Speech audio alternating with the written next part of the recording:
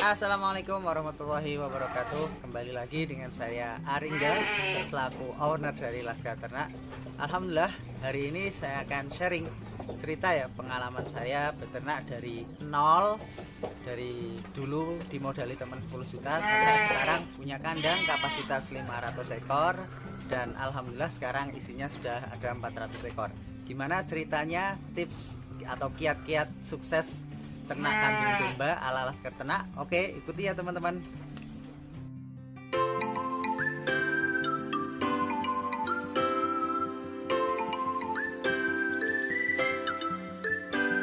Tips sukses beternak dari saya mungkin ala-ala saya ya, semoga menginspirasi bagi teman-teman semuanya dan menumbuhkan rasa syukur saya. Alhamdulillah dari yang dulu nggak ada kandang, nggak ada tanah, alhamdulillah sekarang sudah punya itu semuanya. Dan mimpi saya memang masih jauh ya, saya pengen punya peternakan kapasitas 2000 ekor di tahun 2020 ini. Alhamdulillah. Mungkin tips yang pertama, tips ini saya dapatkan dari tiga orang sekaligus guru saya ketika memulai awal-awal peternakan. Saya itu awal-awal sebelum terjun di dunia peternakan ini banyak belajar ke teman-teman. Waktu itu ke Ustadz Zuhari dan Ustadz Sodikin. Saya belajar di Jogja, terus belajar ke Tuban di Mas Alang Satria, dan yang ketiga belajar di Probolinggo di PT Agrogrid Indo Berkah yang waktu itu dipegang Ustadz Dede. Dari ketiga orang ini saya simpulkan bahwa beternak itu yang pertama beternak dengan cinta. Waktu itu Ustadz Jawari bilang bahkan ketika kita mau menaruh domba kita ke kandang, misalnya ke kotakan kandang ini, kita harus memegangnya dengan cinta. Nggak usah, jangan sampai dilempar-lempar dan sebagainya. Yang Mas Alang waktu itu bilang seperti ini. Jadi sebelum beternak jangan pikirkan dulu money oriented ya, jangan berpikir tentang keuntungan dulu, tapi kita berpikir tentang bagaimana kita mencintai ternak itu. Yang ketiga dari Ustadz Dede itu, waktu itu saya belajar penggemukan domba ke beliau ini. Beliau mengatakan kalau kita ngasih sesuatu yang baik ke ternak kita, insya Allah ternak itu akan memberikan impact yang baik bagi kita. Artinya apa? Sebelum beternak kita harus mulai dari landasan-landasan ini, landasan-landasan cinta, landasan mahabbah ya. Selain itu semuanya, memang kalau kita kaji lebih dalam, beternak itu merupakan sunnah para nabi ya, pekerjaannya para nabi. Yang kedua, domba ini atau kambing domba ini hewan yang diberkahi. Kalau kita melihara hewan yang diberkahi, insya Allah mungkin kita dapat berkahnya. Semoga kita berdoa, semoga dapat berkahnya.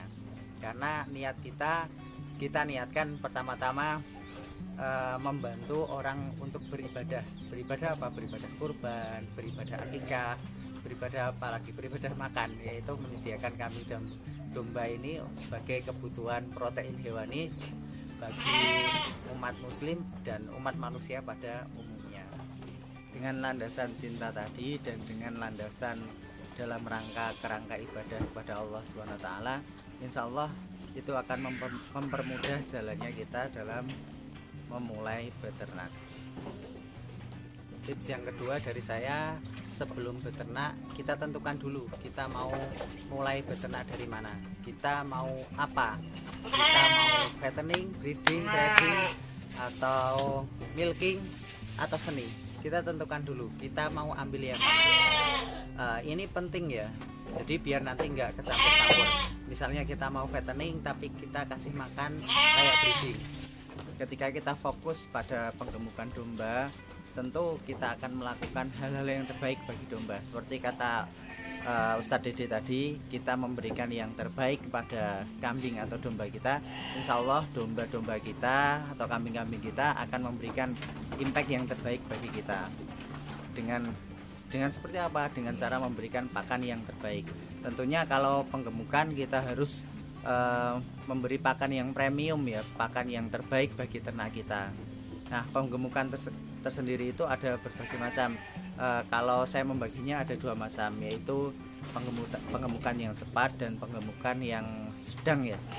Artinya penggemukan cepat itu seperti apa? Penggemukan yang 2-3 bulan. Tentu ketika kita melakukan penggemukan 2-3 bulan ini, kita memberi pakan yang terbaik, jangan pakan asal-asalan. Nah, penyakit peternak pemula seperti saya dulu yang sampai rugi 49 juta itu berpikir bahwa pakan yang murah dengan hasil yang semaksimal mungkin. Padahal konsepnya tidak begitu. Jadi konsep kita adalah pakan yang berkualitas, insya Allah akan menghasilkan pertumbuhan berat badan atau bobot yang baik. Untuk penggemukan yang terbaik tentu kita jangan main-main dengan pakan. Saya pernah main ke kandangnya Altara Farm. Beliau itu bilang gini, Mas, saya nggak mau main-main sama pakan. Memang salah pakan ini kita jangan sampai main-main. Kita asal-asalan, kita berharap untung berlipat dengan pakan yang asal-asalan. Banyak peternak-peternak yang katanya dengan gedebok pisang, dengan jerami domba-domba itu bisa gemuk.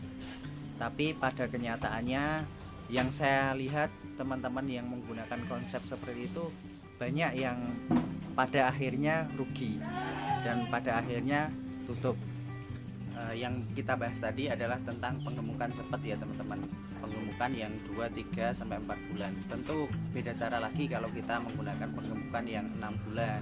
Tentu pakannya biasanya yang 6 bulan itu untuk program-program kurban atau program-program domba-domba tanduk yang agak lama. Tentu pola pakannya beda. Kenapa saya tekankan bahas yang domba-domba yang penggemukan cepat ini, karena pada dasarnya saya membangun kemitraan, dan ini bagi teman-teman yang mau penggemukan cepat, pola-polanya harus seperti itu. Kita harus berani di pakan. Beda lagi kalau kita berbicara tentang feeding, tentang milking, tentang trading dan lain sebagainya. Tentu perlakuannya juga berbeda. Oke. Tips yang ketiga adalah tentang konsistensi. Ini yang terkadang nggak dimiliki atau daya juangnya bagi peternak-peternak pemula itu seringkali ketika ternak pertama rugi terus kemudian berhenti. Dan teman-teman ini banyak yang melakukan model-model seperti ini, dan akhirnya mereka kembali ke nol lagi. Mereka akan beralih ke ternak lele mungkin, ke budidaya apalah itu. Kalau kita konsisten terhadap usaha kita tiap tahun, misalnya saya awal-awal di ternak ini juga rugi 49 juta, tapi saya nggak nyerah begitu aja. Jadi saya ulangi lagi, kita perbaiki kenapa toh kok dulu bisa rugi, dan kita perbaiki, kita evaluasi apa-apa yang bisa menyebabkan kerugian. Dengan cara konsistensi ini akan semakin menumbuhkan market kita akan mudah dipercaya orang. Kita akhirnya akan sudah terkenal. Kalau kita sudah 1 tahun bergelut di dunia perkambingan, maka akan banyak kenal dengan banyak teman-teman. Kalau bisa konsisten, insya Allah nanti akan membuahkan hasil yang maksimal. Saya bertemu dengan senior di peternak kambing dan domba Indonesia itu rata-rata dari 100% peternak, dari 100 peternak itu bisa-bisa 100%-nya pernah mengalami rugi semuanya. Tapi itu bagian proses belajar kita, bagian proses untuk kita menjadi lebih baik. Kalau kita memulai terus, misalnya habis budidaya domba kita budidaya lele rugi, kita berhenti, jadi budidaya belut, terus budidaya apalagi lah, budidaya jamur, budidaya banyak lah. Kita akan memulainya dari nol terus. Kita akan membangun fondasi itu dari nol lagi, eman-eman. Kalau kita nggak melanjutkan estafet kita, rugi pertama, kita evaluasi apa yang menyebabkan kerugian, terus kita perbaiki. Yang keempat, tips dari saya adalah start from finish. Apa itu start from finish? Artinya ujung-ujungnya kita beternak adalah jualan. Maka kita kuasai dulu pemasaran, atau kalau nggak bisa di pemasarannya, kita gabung model-model kemitraan.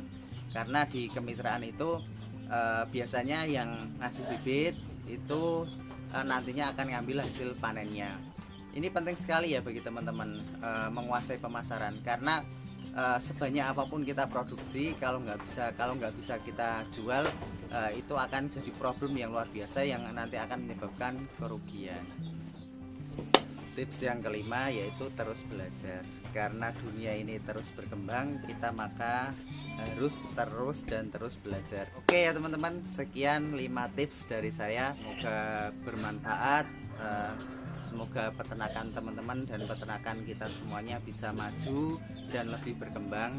Jangan lupa ya teman-teman, kalau suka bisa di like dan di share ke teman-teman kita yang lain. Semoga video ini bermanfaat dan jangan lupa di subscribe ya teman-teman, biar channelnya makin hot. Oke ya teman-teman, terima kasih banyak telah menyimak. Saya mohon maaf bila ada tutur kata yang salah. Saya akhiri, assalamualaikum warahmatullahi wabarakatuh.